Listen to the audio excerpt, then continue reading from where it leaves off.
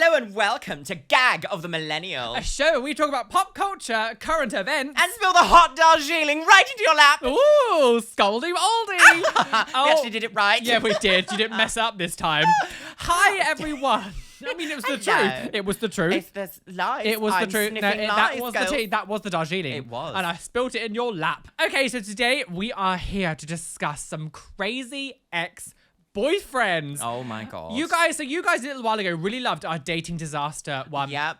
And have like asked us to do like a part 2-esque style thing. So we Yep. thought instead of doing a direct part 2 to like create like sort of bad dating, we thought would actually delve into some like more problematic boyfriends we've had. Yep. Any partners who've been a bit kind Yep. of like naughty and Naughty. horrible. Hopefully you might be able to learn from some of the mistakes. Yes, because, for like, sure. Sometimes when you wear rose-coloured glasses, those red flags just look like flags, sis. That's and you're very like, true. oh, there's just a parade for me of flags. Yeah. Get out of there, girl. Get out. We're gonna go to like my most recent relationship that happened in 2017. Yes. And so, God, where do I start the Just story? before I like met you in IRL, actually. Yeah, it was actually just before. Obviously, as you can tell, I have a lot of piercings. No, what's that about? I've only just noticed. Yeah, I get questions about my piercings all the time, constantly, all day, every day, which is absolutely fine. But this was like doing YouTube full time. I was still working in a shop at this point. I was still working in Morrison's. Go beep. Mr. Morrison. £10. Tell me about how you're dying.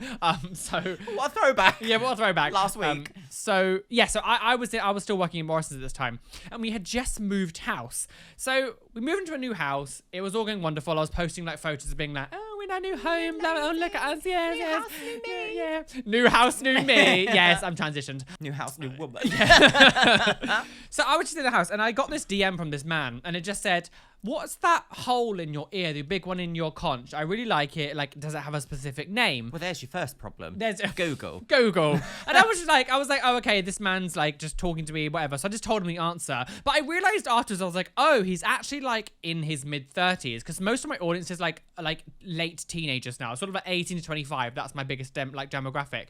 And so I was like, oh, someone's actually a bit older speaking to me. So I was like looking at him, I was like, oh, he's actually kind of attractive. I was like, oh, he's a bit naughty. So, like, just to interrupt for a second, what's your like type in men? My ideal type of a man would be like a shaved head, loads of tattoos, bulky but incredibly geeky. Okay, and did this man fit any of this? He was bald. He had some piercings, but he wasn't geeky at all. Like he had tattoos and things, Okay. though, so it was quite nice. But All right, so immediately they've clocked your attention because they look like what you want someone to look like in a partner, right? Now Okay. I was very careful when I first started talking to them because Of I have a course. really big thing about like sort of talking suggestively or doing anything with anyone who knows who I am or messages me, because like there's an instant power dynamic and a power balance. But also, we grew up in a time in which, like, don't tell people on the internet anything about you. Yeah. Whereas the kids now are like, here's my hole. And it's like, don't do that. Don't do all that. Awful. So I was very, very careful when I started talking to him first. I was like, oh, this is this piercing. Would you like it? Blah, blah, blah, blah. And he asked me like more questions about it. And I was kind of just talking to him back and forward. But like, we just kind of carried on talking afterwards. There was no like, we weren't talking about anything sexual or anything, but like we just chatted about life and things. And he actually knew a lot of my friends already. So he actually knew Luxeria back like years and years ago. I don't think like, I don't think. So yeah, he said that he knew Luxeria from years ago, and some other people that I used to be friends with like years and years ago. I was like, oh, do you remember this YouTuber? Do you remember this YouTuber? And I was like, oh my god, this person actually fucking knows people. So to me, that would be a red flag. Oh, would it? But to me, I would immediately be like, why does this person know all of my friends? I found it exciting because I was like, I've literally never known anyone who knew like YouTubers from like 2010, and it was really exciting to be like, oh my god, there's someone who's actually been like on the internet world for a while. And so I did find that quite exciting. I found out that he wasn't like a hardcore fan of me, so it's not like there was some weird power dynamic that would be. That's a bonus. That was a actually. bonus. I was like, oh, I don't feel too awkward now about talking to you, and he just said to me, I know he said it might be a bit forward, but can I have your WhatsApp? And I was like, okay, here's my number. You can WhatsApp me, whatever. And then he sent me a voice note. Oh no! And I was like, oh no! What is it about voice notes that inspires fear? I was like, oh. And some of you may know I am dyslexic, and like sending big messages to a lot of people like might be easy, but for me it's actually quite difficult. So me and Luxeria talk most of the time. We're sending each other voice notes. Oh, constantly. So in a way I was like, oh, it's a bit strange, but also I was like, oh, it makes it easier. So I just listened to the and voice. you get to hear the sound. Yeah. of So I was them. like, oh, what's his voice like? And we just kind of like sent voice notes all evening. And at the moment, I was like, this is weird. I know what's going on, but I really like this guy. He's really nice. Yeah. And then the next day, he just like rang me. And he was like, I thought it was easier to ring you. And we just Actually, I've got my first story mirrors this very, very similarly. Oh, so alarming. he rang me, and then we just kind of talked on the phone for a bit. And things went really nicely, actually. We chatted about everything, life. We did talk about some sex kind of things. We didn't talk about like really in-depth stuff, but we talked about like what we're into and like what blah blah. A week later, he came to visit. We were like, okay, we were like, should we just go on a... Well, the thing is, if you talk to someone on Tinder, you kind of ask, if you're getting on with them, like, should we go on a date somewhere? Is that where Tinder was where they messaged you? No, Instagram. Oh, but I'm saying, right. like, if you're on a dating site, like a dating profile, you ask go on a date quite quick anyway. So it's, well, maybe not you, but like, all of my friends who ever use Tinder and stuff go on dates relatively quick after. Okay. Because he lives in Oxford, so he wasn't from London. Oh. So I was like, come down to London. We can have like a date and stuff. And it went really well. Really perfect. I was like, oh my god, this man's really like nice. I really like him. Like we're clicking in every perfect way. So that was the introduction to this person. I want to say about maybe 3-4 weeks in, I was quite invested in him at the moment. We were kind of invested quite in each other. The honeymoon. The honeymoon, yeah, and it was organized. And at this point, I'd gone to see him where he lives, and everything was everything was lovely. He did live with his parents, and that was a bit of a turn off for me because I was like, he was in his mid-30s, and I was like, I've been living on my own now for, you know, God knows how many years. And I was like, it feels a bit strange going to visit him and being in his parents' house because I felt like a bit of a teenager again. Yeah. It was just a bit weird. I had just had him come stay over for a couple of days and he went home. It was around bonfire night in 2017. So Okay. I was like, oh, okay, well, I'm having a little party. But I was like, he's just been here. I don't really want him to meet my friends properly yet anyway. So we were having a little party at our old house. And he got really weird about the fact that I didn't invite him to the party. And I was like, I was like, you were just here like only a couple days ago. I've only just seen you. Like, I don't really want you to meet more friends yet properly. Like, we're still... Like, how do you put that boundary of saying, like, I really like you, I want you to be in my life, I'm just not ready to move at that speed yet? But he got really weird about it. And in my head, I was like, I don't like this. This is one little bit that I don't like. Yeah. But I was like, well, I haven't been with them for such a long time. Like, I don't want to just throw this away again. Stupidly, you'll hear in the story, I was really f***ing stupid. I was like, okay. It's not stupidity, sis, if you don't know better. Yeah, but I was like, oh, okay, we're just going to like sort of maybe brush over this a little bit. So I was like, okay, whatever, that's fine. You can be you, but like, you're not coming to this event thing. Like, I'm not ready to this. He then got weird with me again. Like about 2 weeks later, my friend Alex Bertie was having like a book release in the YouTube space. And he got weird with me again that I didn't invite him to that. And I was like, but I'm not going, this isn't like a party. It's my friend having like a book launch. This is work. Yeah, like you wouldn't be like, oh, we're having lunch at the doctor's office. Do you want to come? Yeah, it was just like very strange. And I was like, I don't like, I was just like, I don't want, you can't, I was like, you can't keep doing this. Like, I have a life as well. You've only been in my life for like just over a month now. Like, you're not going to suddenly be in like everything. Way too soon. Like, way too soon to be acting like this. And I was just like, you need to like stop this a little bit. Now, my problem was because I'd been single for so long, I was very lonely. And I was really looking past a lot of the red flags that most people would because I was like, I was basically, I don't say, I'm not using James Charles and desperate, but like, I was in my head, I was like, I was desperate. I was very lonely and I kind of looked past a lot of this stuff. So I was like, it's fine, whatever. But like, I was like, don't do it again, girl. Like, I can't deal with all this like stress stuff. A few more weeks went past and I started to notice when I was with him and we would hang out, he was always very controlling and he would pretend to like want me to make a decision for a situation or go to a restaurant, but actually like he would make the decision. It would be like, I would say something and then instead of him going, okay, we'll go here, there'll be some excuse or, oh, I'm not really too sure. Oh, I don't know about that. Oh, I don't know about this one. Oh, but actually, should we do this? And he would always kind of just make issues with like no issues. So like we were trying to find a place to eat because I wanted pizza. And he said to me actually earlier on in the day, he was like, oh, I've been to places like Pizza Hut before and pasta. What's the other one? Pizza Express. Pizza Express. And I was like, oh, there's a pizza here. Let's go here. And he was like, oh, well, I don't really want to sit with all those children. I was like, the place is literally empty. Like, what are you talking about? And it was little things like that. And then we would end up going to a place that was like completely different to pizza.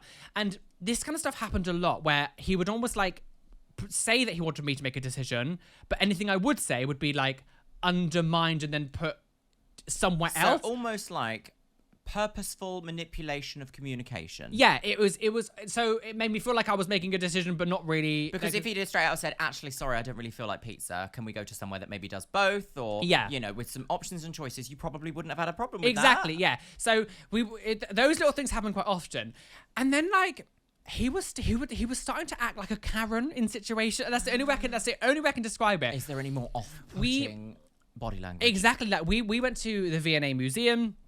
And that was really lovely. Good old Vicky. Vicky and Alexander. Albert, girl. Albert. Is it actually Vicky? Yeah, it's Victoria and Albert. Oh, I didn't know that. I thought we were just making a random name. Oh, no. Sorry, girl. Clocked. We went to the V&A Museum, and we had a great time. Because I love museums. I absolutely love. We need to go. I love museums so much. It's one of my favourite pastimes. And like on the way out, we had to go like underground. One of the entrance exits were blocked. We had to go underground, and like there's like an underground exit. Which one, yeah. And like one side goes to a train station, and one side goes to like just the street. We walked down to the street side. We're walking down this tunnel, and we're just walking down, talking about stuff. We got to the end, and there was like a barricade at the end. It'd been closed off, and I was like, "Lol, let's go the other way." Just like laughing in myself. Like, how it's fine. silly, yeah. He got so angry about the fact that this, like, hey, how dare they? I cannot believe that they would lock the other side and not put any signs anywhere telling that this was locked down here. I cannot believe this happened. I can't, and I was just like, why have you just ruined a perfectly fun day with your bad attitude now? Like, I don't understand why you're just like being grumpy for literally no reason. Because all I had in my head at this point was like, if I was with Callum, we would literally be laughing and just turn around and walk down. Oh, how silly. Like, at least we get more steps in, girls. This is literally a non-issue. We got down to the other side, and then he started having a go at like the train, like the TfL worker at the door. I can't believe it was locked. Why would you not put a sign? And I was like, it's like this guy probably didn't even do it, first of all. Maybe he's just started his shift. Yeah. And he's like, I don't know what's going on. And also, it's not a big, like, it's literally a non-issue. It's a non-effing issue. And this kind of behavior was repeated many times with things. And he would also be like really horrible to his mum. Like he would like shout profanities at her all the time. I remember being in his bedroom one time, and they were like, him and his parents were like cooking food downstairs, and we were upstairs together. And all of a sudden he just walked out of his bedroom, leant over the banister, and was like, close the fucking kitchen door, you're making the whole house smell of fucking food. And I was just sitting in the bedroom like, what the hell just happened? Like, what is happening? So I really liked his mum. His mum was really lovely. And I think one of the first times she met me, in hindsight, looking back, I think she was like going, "You poor thing, like you're gonna have to deal with my son." Really? It was the way she was speaking to me when she was first, and the way that she was looking at me and looking at him together, and I was just feeling myself. She's like looking back. I was like, she was like almost giving me some warning signs, to be like, you need to get out of this situation. Like, isn't that crazy that your own mother was thinking of that? And that's not me speculating. I genuinely believe she was a bit like that. And so other times that we were together, I would always be like, my mood would suddenly start to go down because he would always just suddenly be like moody about stupid shit. Like if sorry to interrupt, but I hate it when you're with someone and because they're upset about something, everyone else has to be upset at the same time. It's like, deal with your emotions yourself, sis. And he would always say to me towards it, like, this is like maybe 3-4 months in, he would always say to me things like, why are you miserable? And I was like, because you literally suck any fun energy out of the world in like, she's a Psy vampire girl. Exactly. Like, and it was just like, what are you doing? He was also incredibly selfish. Like, I remember one time, like, it was really fucking cold. It was so cold. I was sitting in the kitchen. I was really cold, and he came in and like opened the balcony. We're in the winter. Opened the balcony door. I was like, can you close the door? It's really cold. I'm really hot. I was like, well, go stand outside yourself then. Yeah, why go and stand on the balcony. Why leaving the heat out? And then like, if I was ever hot and I went to open the balcony door, he'd come in and turn the heating up and be like, it's cold. Like these little things. Always very selfish. Like, what was keeping you with him? Was he like particularly good in the boudoir? Well, it's not even. I mean, it was nice to be able to have sex again because I always had. I don't sleep around or anything, but like, it was the first time I've actually like been. That's not what I've heard. It was the first. It was the first time I've actually been like, intimate with someone for a while, a long time. And also, I think again, I've been single since 2011, so. 6 years. A long time. So I was just like, it was just nice to have. Something. It was just and nice to someone give me attention again. These kind of like bad behaviors repeated themselves over and over again, where he would get angry over stupid things. He got really angry and stressed out that he couldn't make his bed properly. He was trying to like fit his sheet to his bed, and he had this ultimate meltdown. He was just like shouting and swearing. I was like, it's literally a sheet on the bed, and he like ran out the room like in a tizzy, like really angry. I was like, it's a sheet on like. what are you getting angry? You can't put a sheet on a bed because it's too small. Get a fucking bigger sheet. Yeah, but he had full on meltdown. Another time, I was brushing my teeth in the bathroom. He was in the bedroom. We were getting ready to go out for the day. He went into the bathroom he had like brown trousers, like brownie coloured trousers on. Came into the bedroom. He was like, next time you brush your teeth, can you make sure you clean the sink out? Because look, I've got toothpaste on my leg now because I leant against the side and you have splashed toothpaste everywhere. I was like, first of all, no, I didn't. I did not do that at all. I don't know what you're saying. And he had this like little tiny like mark of like white. It was toothpaste. You could see it, but like there was also 4 other people in the house. Like I did not splash it anywhere because at this point I knew what he was like. So if I did anything weird or anything like that, this is the bad thing. I changed a lot about the way I was acting because I was scared that he'd have a meltdown. Boom, boom, boom, boom, bow. Red flag. Like, so it's the entire red flag shot, sis, because that's manipulation. At this point, I was nervous, like if I left something out, or something was in the wrong position, that like he might have a meltdown. I don't mean to be, I mean to like say something here because this is something that I needed to hear when I was younger as well. If you are with someone and they make you nervous, I was walking on eggshells all the time. That person has put you in that position, like on purpose. You need to get out of there immediately. I was really at this point, because this is quite near the end of it. I was at this point, I was like really scared about doing like just minuscule things. Like I was with him and it wasn't like fun anymore. It was kind of like I was scared I was going to do something wrong, and I was fun stopped. And also, but at this point as well, I was almost like nervous about if I was to leave him or do something, I'd be like, what am I going to do? Like, was he going to try and do something? Like, it really got to this stage where it was like really emotionally abusive to my mind, where I was like seriously up for this. I was like it's crazy to think I put myself in a position. Oh, hang on, let me tell you about the coffee story. So he had got this bit of toothpaste on his leg. I didn't do it because at this point I was like wiping shit down, making sure there's nothing weird anywhere. I obviously must have missed this tiny bit, but it was not me. He comes in, has this, I'm not joking, like full on meltdown, how awful I was because I didn't clean up after myself, and how I don't support him enough because he's getting stressed out and I don't calm him down, all this stuff. He literally went downstairs to the kitchen, got coffee beans, got it a bit wet, and then rubbed it over the area of the trousers just so it was matching more and not like the little white mark. And I was like, you are insane. Like, this is unhinged behavior. Like, what? It was so, I was like, what is happening? Very strange behavior. What is happening? And this kind of stuff happened all the time, where he would get very aggressive, very angry over things, blame me because he's upset. He used to say all the time, I need a partner who can calm me down. I was like, how about I want a partner who doesn't get angry over coffee? Absolutely. Or over like a tiny bit of spilt. Absolutely. And I think some people watching this might be like, oh yeah, but did you consider his mental health? Did you consider Roly's? Exactly. This is the thing. He always says, I have anger issues. It doesn't mean that I have to be part of this. It doesn't mean that you got anger issues. You need to get a wrangle on your anger issues and not look outside. This is not for me to deal with. Like, I'm not here to calm you down. Saying you need a boyfriend who can calm me down. Like, you calm yourself down. Yeah, what you need is a handler. Yeah, like, it's not a pet. Weird. And he always have problems at work. Problems at work all the time. He'd be like, oh, they were always horrible to me. I was like, and in hindsight, towards the end, I was like, no, you were probably horrible to them. And they reacted. But yeah, he would always have these meltdowns about everything and blame me and say it was my fault. I'm an awful boyfriend. I don't look after him enough. I don't just. And also, it was always very one-sided.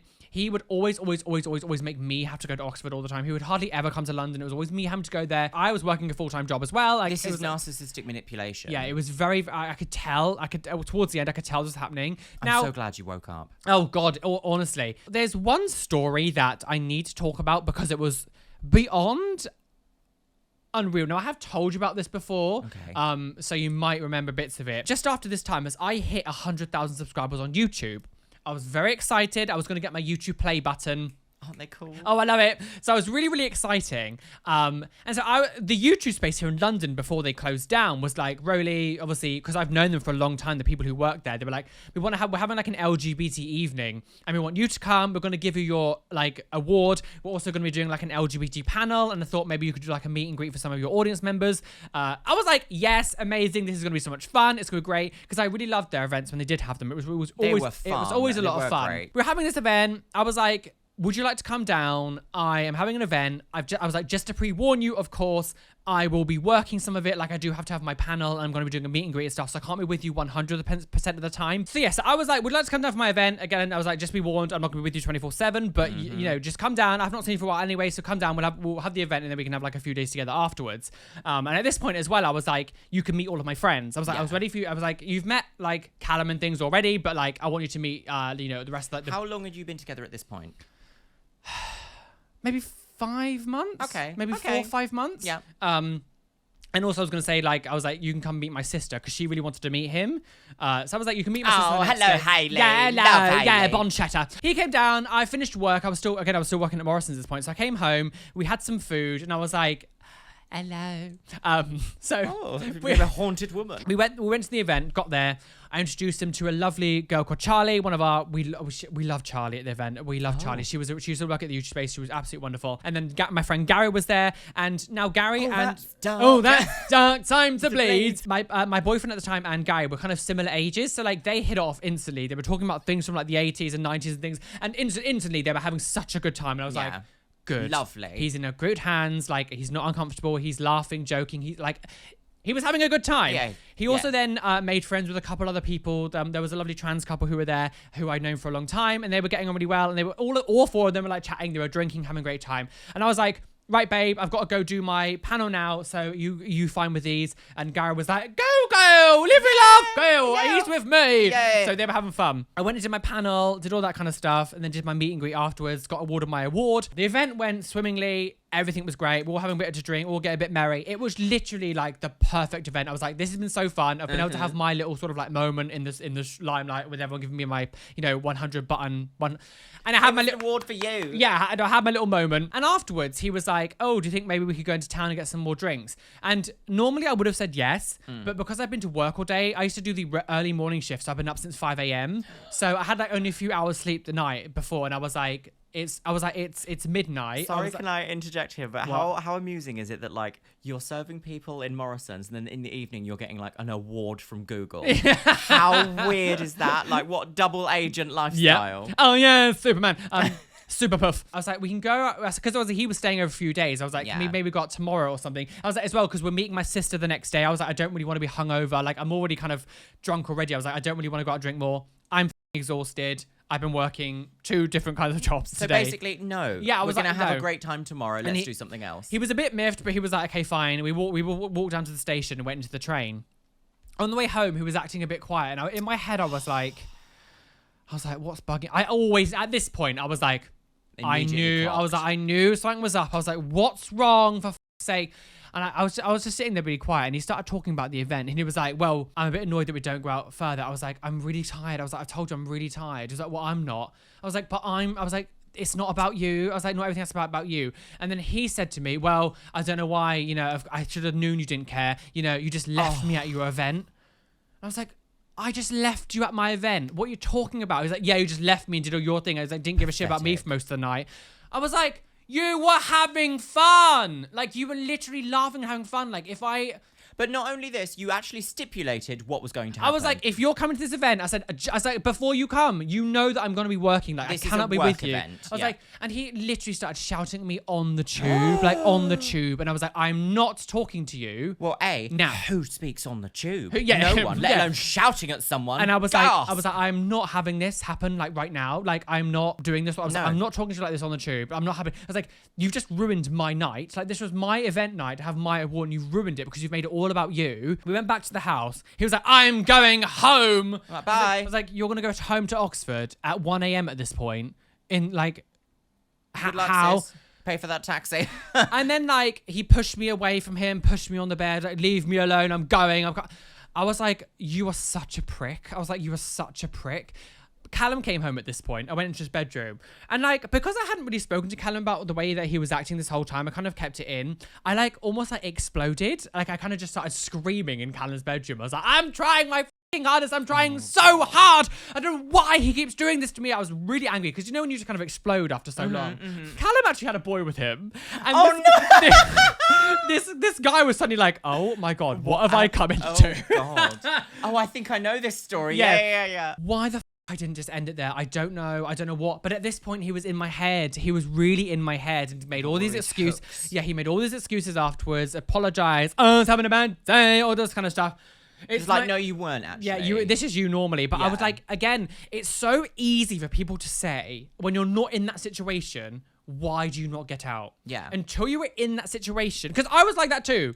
Until you were in that situation, you cannot really make too much judgment about it because you don't know what it's like. But to add on to that, I think a lot like that in itself, to say, why don't you just get out, is very victim blaming. Yeah. Because not only are most of these people not really choosing to be in this situation, like with their full thought process, but the other person in this situation has manipulated them to a point where it's actually, we should be saying, why are you doing this to your partner rather than why aren't you getting away from this partner? Exactly. That is exactly it. Stupidly forgave him. So we didn't last much longer after this. So the last sort of thing that actually made us break up, and I was like, this is too much, girl. It was about a month after this situation happened. Yeah. We kind of had an okay month. Nothing really too... Well, this is the real tea. I literally was counting the days before we had a fight. I was like, it's been 4 days since we've had a fight. We've had a good week. Like, that's how awful. Awful. But again, I felt really trapped in the situation, and again, I was really lonely, and I was like, oh no, I'm going to be lonely now for the rest of my life. But he knew this though. I'm sure he knew this situation. He knew that, and he really played on that and tried to... You wear your emotions on your sleeve as well. I do, yeah. So he definitely knew that. And so we were planning to get him to move to London, because I was like, this is really I know this is a stressful situation, us being apart from anyway. We can't see each other, and we have to like plan events and plan things and get time off work and everything. So I was like, why don't you try to move to London? He wanted to move to London anyway because he used to live here when he was a teenager, hence why he knew a lot of like the old when he not teenager, sort of like early 20s, which is why he knew you, because he saw you out a lot back in the day and all that stuff. I probably know this person. If I saw a photo, I'd probably be like, oh. Yeah. We were like, why didn't he go work for Lush? He's worked for Lush before when he was here before. He really enjoyed it. And he went for this manager's role. And he got an interview. And we were like, oh my God, you managed to get an interview. This is amazing. Come to London, have your interview. You can come stay with me for a few days. We could maybe even look at places maybe for you to move into. I was like stupidly excited. I was like, I'm going to have him here. It's going to be good. And in my mind, I was like, it's going to change the situation. He'll be so much nicer to me. So the day came around. I was at work. I was getting really excited for him to come because he was coming over as I finished work, and he should be like arriving as I got home from work. I got this text message as I was leaving work, and I was like, at this point, you should have been basically here. I'm not coming. And I was like, why are you not coming? Like, what's happening? I kid you not. His excuse for him not coming to London to maybe potentially get our future together forward to, you know, get this job. I was shaving my moustache and I took too much off, and now I can't leave the house. In the bin. I was just like, are you Get a life. I was like, are you kidding me? Are you kidding me? I was like, so you're gonna I messaged him back and I was like, you're gonna throw away our potential, like our future together. Like, this is gonna be big for us. This isn't just about you. You're gonna throw this away because you shaved a bit of your mustache off. Like, what? He had this ultimate meltdown. Oh, for God's sake. You hate me. Again. You don't support me. I'm so upset, and all you're doing is making shit excuses and comments about me. You don't support me. This is unacceptable. I don't know if I can deal with you anymore. You're awful. You're such a horrible boyfriend. This whole meltdown happened. I know you probably know this already, but you aren't. Oh, I know. And in the future, that. When I got home, I FaceTimed him. And I was like looking at the phone quite in depthly. I was like, so I want to see like what this disaster is, like where this gash is. I literally couldn't see anything on his face. There was literally nothing. So it might as well have been a lie. Basically a lie. And he was like, what are you doing? And I said, I'm just making sure that I'm trying to find where you've cut your moustache off. It's here. Can't use it. There's too much taken. It's here. And I was like, it's literally nothing. You don't care about my emotions. And I was just like, did you hang up and dump him then? Just ghost him? I can't do this. I can't do this. I can't. He's like, we just stopped the phone conversation. And at this point, I was just like, I can't do this. He messaged me later on. He was like, how are you doing? And I was like, I can't. I was like, not very good, to be honest. And we just never spoke again. It just ended like that. Wow. Just completely ended after this meltdown. I was like, do you know one thing? Okay, one thing that was true. He was so clearly jealous of the online presence that I had. Oh. Very, very jealous that people knew who I was. A huge point about this whole thing. He was very jealous. He started doing... I don't think it's jealous. I think it's envy. Envy, yeah. Thanks, Counterpoint. he was starting like an Instagram. He was like going around taking photos. And he got really pissed off with me because somewhere in the city, it's called Social City now, but this is...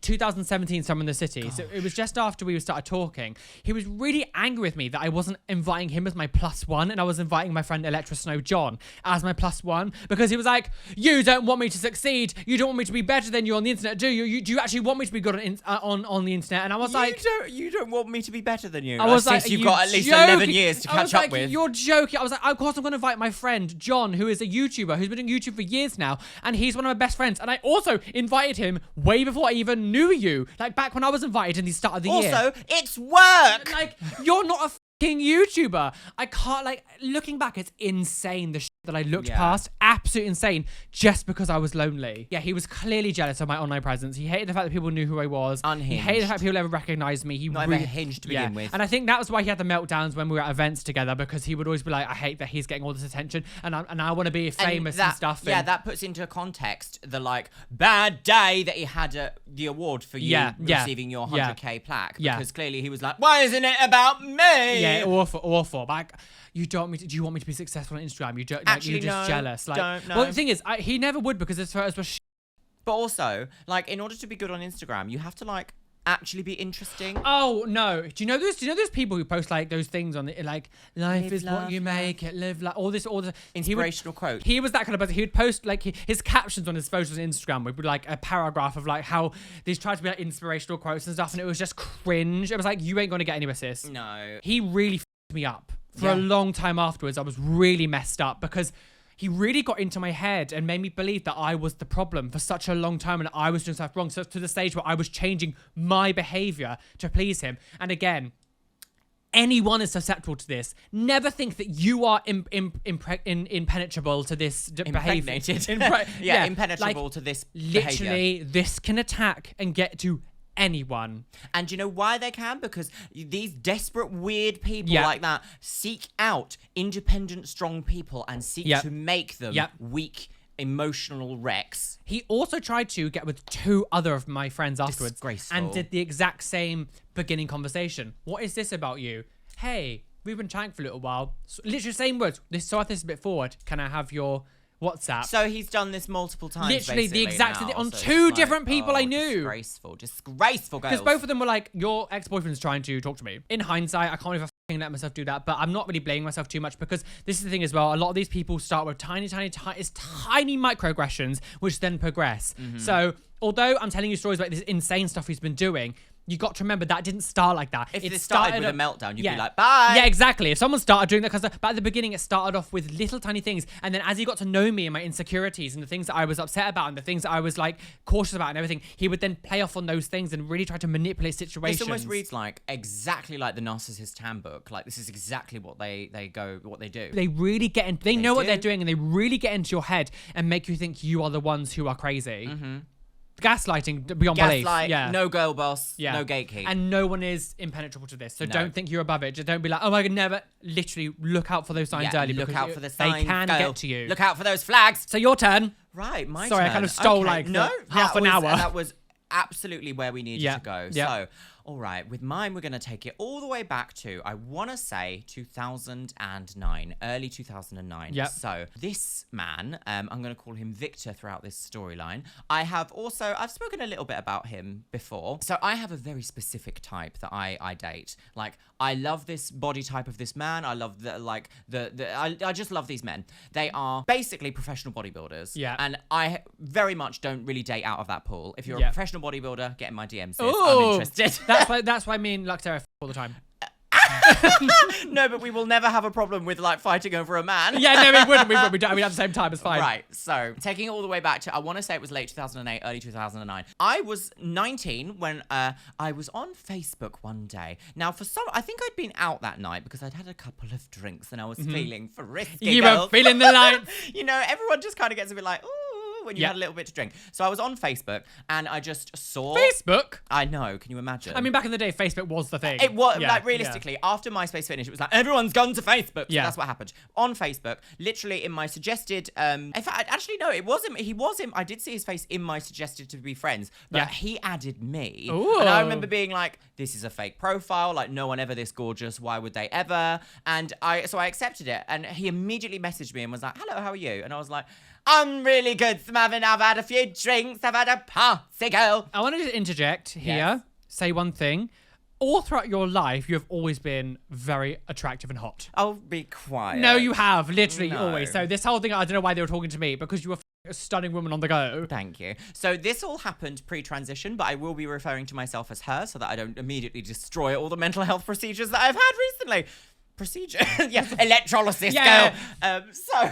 I actually took her to conversion therapy. Yeah, I was like, yeah, it it will was- change you. Oh, it was a holy experience. Yeah, it was, yeah. So he added me and he immediately started speaking to me and I was a bit drunk and he was like, oh, do you want a video chat? And I don't quite remember how the conversation like progressed from like just talking to being like, do you want a video chat? And I remember being like, I'd just taken off all my makeup. I was a bit drunk. I was like, not doing all this. So I literally put on a pair of I'm sunglasses. not doing all this. I'm not doing all that. So I put on some sunglasses and I went on webcam chat on Facebook. That's kind of fabulous. And I was just like, talking with my. So at the time I was very into like Paris Hilton, massive oversized glasses. Yeah. So I had literally like the biggest pair of glasses you've ever had on. I had blue hair that was in a bob, and I was just like bits sozzles, but I was just like not interested in like being on camera. And he was like, "No, I want to see you without your glasses. I want to see you without your glasses. Can you take your glasses off, please?" I was like, okay. The transphobia. no, but I was like, all right, I'll take my glasses off. And he was like, I really like you without makeup on. And no one had ever said that sentence to me. And I was like, immediately gagged. Immediately gagged. And I was like, okay, this is kind of like interesting. Like, what's the tea? Yeah. So we just carried on speaking well into the night. I was really drunk and I was just like, I'm gonna go now. Like, I'm really like.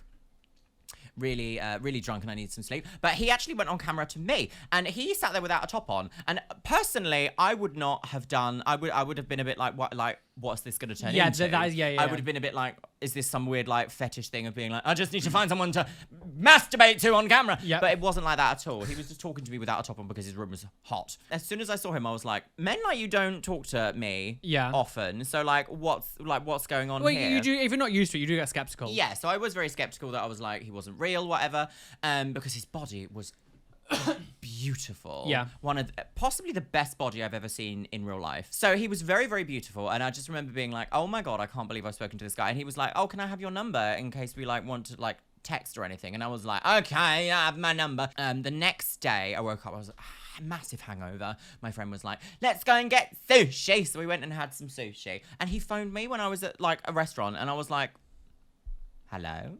And he was like, oh, it's me from last. It's me, Victor. And I was like, who? At first I was kind of like, who? And he was like, we were talking last night. And I was like, oh, okay. So this isn't just like a one night drunk and talk together and then like ghost forever. And I was like, oh, hello. So we had like a short conversation. I was like, oh, I'll actually speak to you later when I'm not at a restaurant. I'm just out having some food.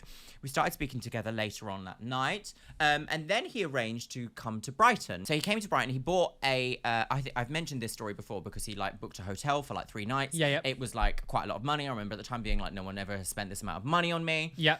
He came to see me specifically. But I have a rule when I date people of like no intimacy immediately. Yeah. Because I feel like as soon as you get immediately intimate with someone, usually it fizzles out afterwards, or it can get into a situationship quite quickly. Yeah. And so he was like, yeah. So we came down. We spent 3 days together and doing all sorts of things. He was like inviting me to like sit on his lap, and I remember being like, I'm not really comfortable doing this. I've only just met you, kind of thing. At first, I was a bit scared because I was just kind of like, How old was he? Sorry. So at the time, he was 26 and I was 19. Okay. So to me now, that's a red flag. Yeah. But I remember when he went home from this, and we were talking again on Facebook Messenger, he was like, oh, I do really like you. I'd like to see you again.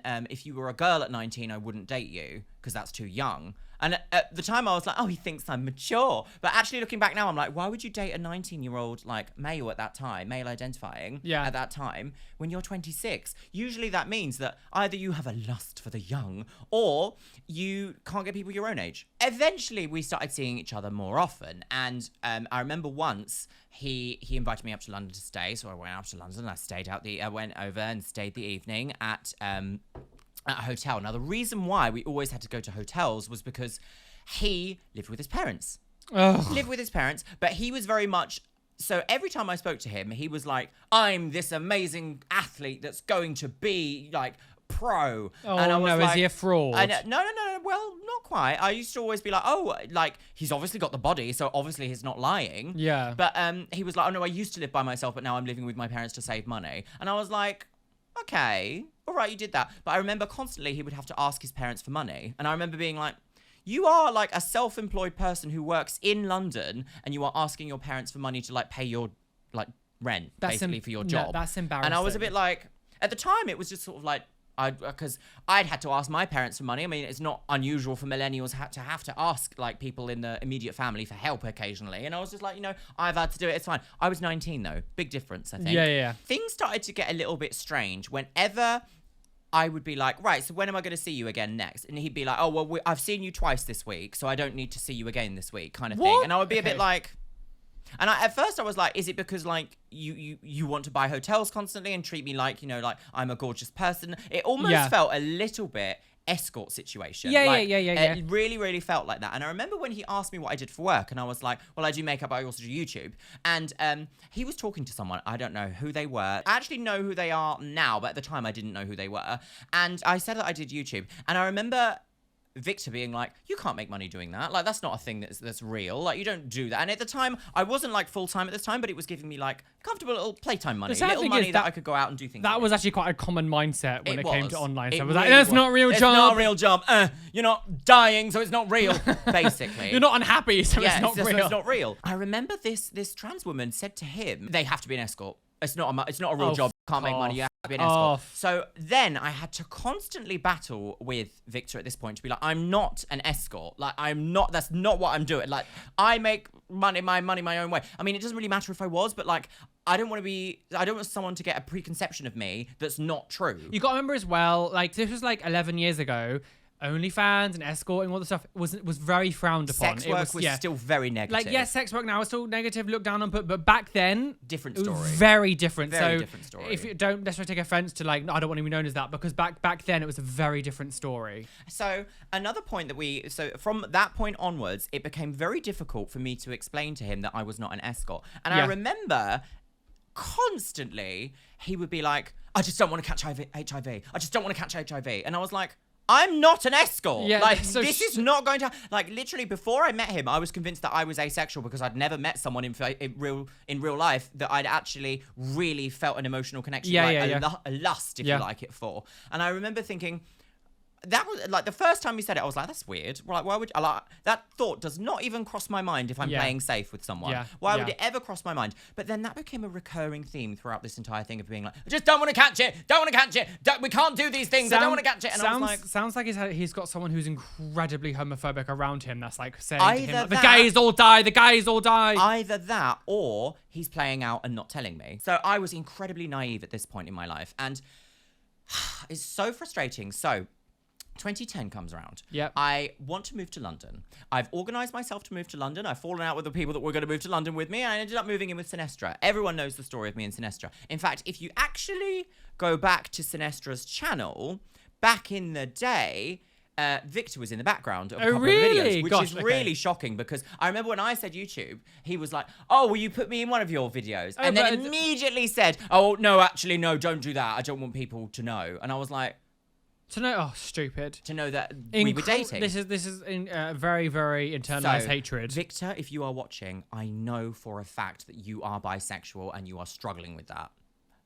It's fine to struggle with it. What's not fine is to force somebody else to play by your rules. Yeah, is to put that on someone else who's already gone through that and accepted who they are. I was constantly the secret. It started to really bother me at some points because I was like 19 talking when I moved to London, I was 21 talking to a 27, 28-year-old about being like open and out. Like, when you are people like us, you don't ever get to be closet. Oh no. Whatever the closet is for you, whatever the closet looks like, you don't ever get to go in that. No. Because your whole existence is based around basically not being allowed to do that. Yeah. One specific night that comes to my mind is that he invited me to stay up in London. I was like, excellent. But during the day, I'm looking for apartments to move into. So I'll come and see you afterwards if that's all right. And he was killed like, 2 birds, 1 stone. He was like, yeah, I'll come meet you and your friends. That'll be absolutely fine. We can get some food and then go back to the hotel. And I was like, how long was this?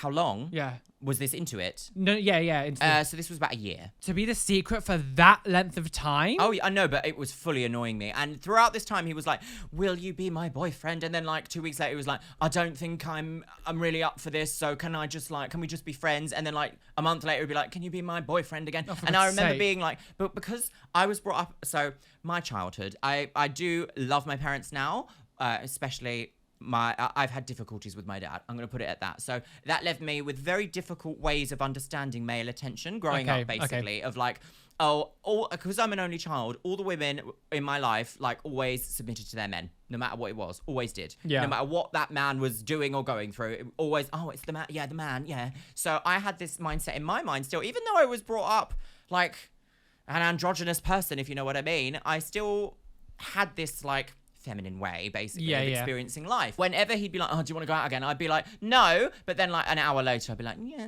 because he was gorgeous. And this is a huge problem, is that like you do get blindsided by beauty. You do. Really do. Whoever says you don't lies. But unfortunately, he was also quite religious. And he started talking about like angels and being like, "I'm really into angels." And I was a bit like, okay, so now things are making sense as to why you're like, "I can't catch HIV and I'm not gay." Yeah. But also like, you're fully bisexual, sir. And you need to like, just accept, you'll be so much happier in your life. Throughout this entire time, all these 16 months, didn't meet one of his friends. Didn't meet his parents, didn't meet his sister, didn't meet anything. In fact, actually, he used to come to London and go and see a trans woman friend, not the same trans woman as earlier. And they used to go out to clubs together. They used to go out, for example, T-Shack. Now, T was a slur.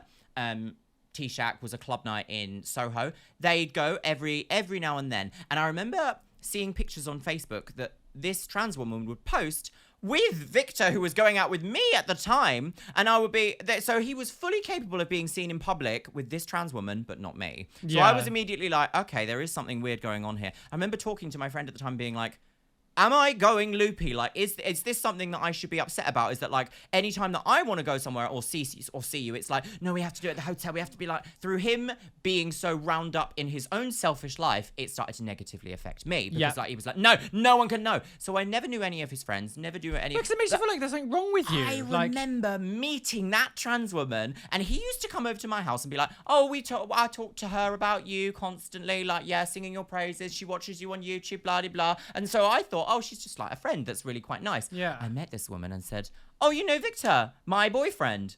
And she was like, "I have no idea who you are." And I was like, things came flooding to me, and I was like, oh, I've been spun a massive lie by this man. That's so creepy. By this man. And I remember actually walking away from that interaction with this woman and being like, this all has been a lie. That happened just as like things had started to end, really. Yeah. And then I invited him over to my house, but I'd been out drinking that night because we went to T-Shack, bizarrely enough. Actually, he came and joined us at T-Shack. I love it, yeah. After he finished work. And he was like, so he didn't drink. That was his big thing, is he doesn't drink at all. And once he phoned me being like, "Oh, I'm really drunk." He's probably... But he was like, I was like, "Oh, are you really drunk? What have you drunk?" And he was like, "No, I'm just trying to mess with you." And I was like, okay, that's abusive. What he probably does is goes to places and doesn't get drunk and then just, like takes advantage of like inebriated people. Well, I'm not going to put that on I'm not going to say that, but you never know. If that's the impression you get, that's the impression that is. He came and met us at T-Shack, and this was the last night I saw him face to face, actually. Okay. But I remember someone said something to him that he didn't like, and he flipped into this like madman. He went outside, he chased this man like round the street, and everyone was like, "What's going on? What's going on with Victor?" And I was like, I have no idea what's going on right now, but he was, and apparently Victor had said something to him, but it turns out the person wasn't talking to Victor, was talking to someone else, and Victor overheard it and was like, I'm annoyed because everyone's seen me with me, and thinking, you know, oh, I'm a trans bar, people are gonna think, you know, I'm not this straight acting man.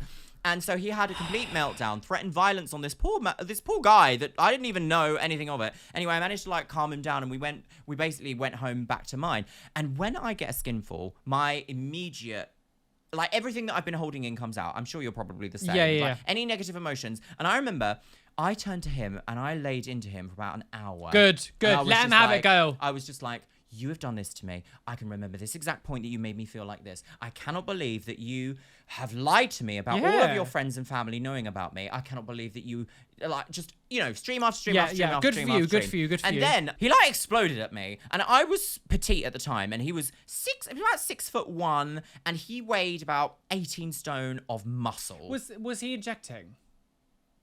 I'm not going to put that on the internet, but that's, if you are, please contact me. No. This sounds very roid ragey, so well, if the shoe fits, shall we say? I'm saying it, not you. If the clog works. Yeah. Yeah, so he exploded at me, and then I felt immediate guilt. I felt so guilty that I had, like, actually put my heart on my sleeve and been like, these are all the problems that you've been doing to me, and I've been nice to you, and you haven't just loved me. Why don't you love me? And that's where I felt like the crazy ex for once in my life.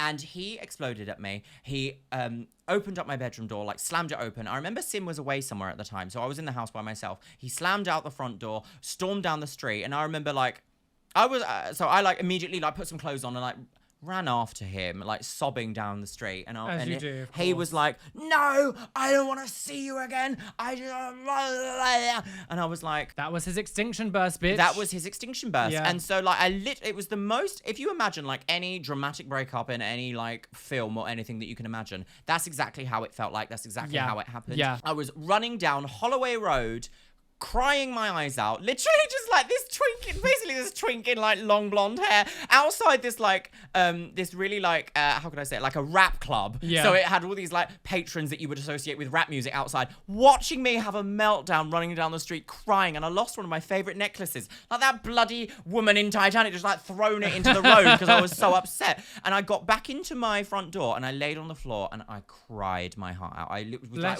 wailing. I fell asleep wailing, like, bit drunk, absolutely woke up the next day, an absolute mess, and never spoke to him again face to face. Occasionally, every now and then, we had a Facebook message back and forwards if he liked one of my photos or whatever.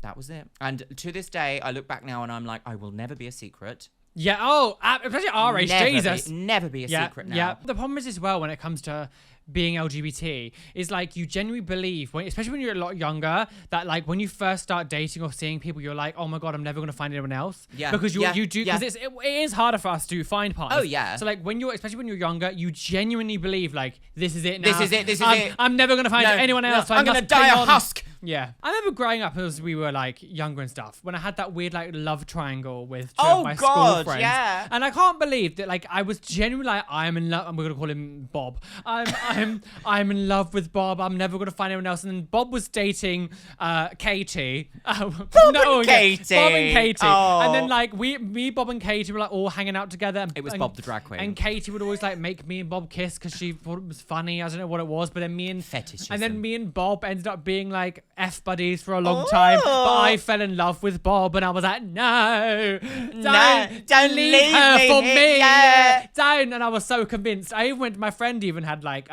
my friend had tarot cards, and I was like, it's written in the stars. Like, do a reading for me. Will me and Bob ever be together? Oh god, like, so pathetic. Pulled the death card 8 times. Yeah. But I remember, like, things like that. So I was the crazy one there. Like, I was like, yeah, fair enough. He did lead me on a bit, but, like, he wasn't really, like, being psycho or anything. No, like, I was the unhinged one then, but, like, but when you're a teenager, you're allowed to be unhinged because the amount of hormones that you feel, like, when you first have that click, when you first get a crush on someone, your life changes forever. And if that crush actually pays attention to you, your life changes again. Yeah, and you're like, oh my god, oh, lovesick Romeo and Jules Chevalier. I love Jules Chevalier. Yeah, that iconic piece by Shakespeare. Yeah, I have another story about a crazy ex. Oh, please do. Yeah, she was called Sharon and said that we were married. And can you sing Forever and Eternity? Can you sing Forever and Eternity? Oh, no! Get in the bin! I can't believe she's...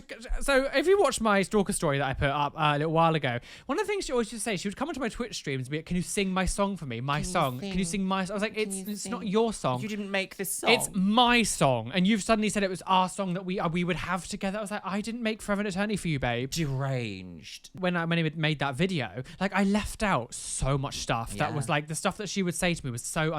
Like, it used to really, like, scare me to a stage where I was like, I don't understand, like, you sound like you don't love your own daughter. Yeah, that's what the most frightening thing about this whole thing is that, like, when you say things like, I never felt this way about anyone, even when Blah's father left me, I'm like, You are talking about someone you don't know on the internet. Yeah, it was Pay really, your daughter it was really some weird. attention. It was very straight. Yeah, Be a parent. Saying that she used to say to me as well all the time, like, I've never loved anyone like I've loved you before. I don't care about anyone else in my life like I care about you before. Like, and I'm like, you have a child. You have a child that needs you. Yeah, it was shocking. And really like shocking. you had seen the entire process of everything going on, start to and finish, the stuff girl. that I had like, because you were telling me all the time, like, call the police, block all the stuff, and I was like, but I'm trying. Yeah, like, I was like, call the police now, get the police involved earlier. Yeah, I should have.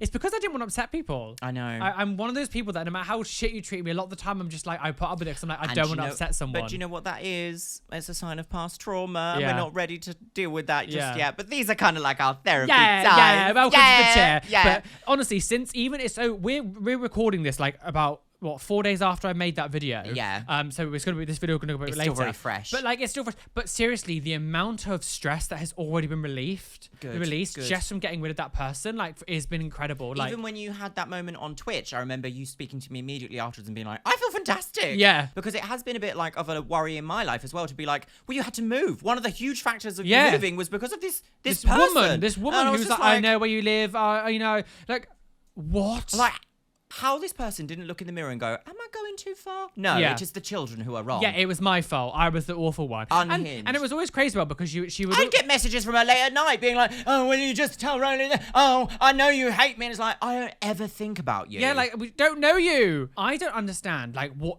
are you saying to your friends? Yeah. People who know you and know, because like, how would, like, they all must see the stuff that you're posting on the internet because you had like 1,000 followers and some of them have to have known you. How are they not looking at what you were doing going like, what? And like, what were you telling them? Yeah.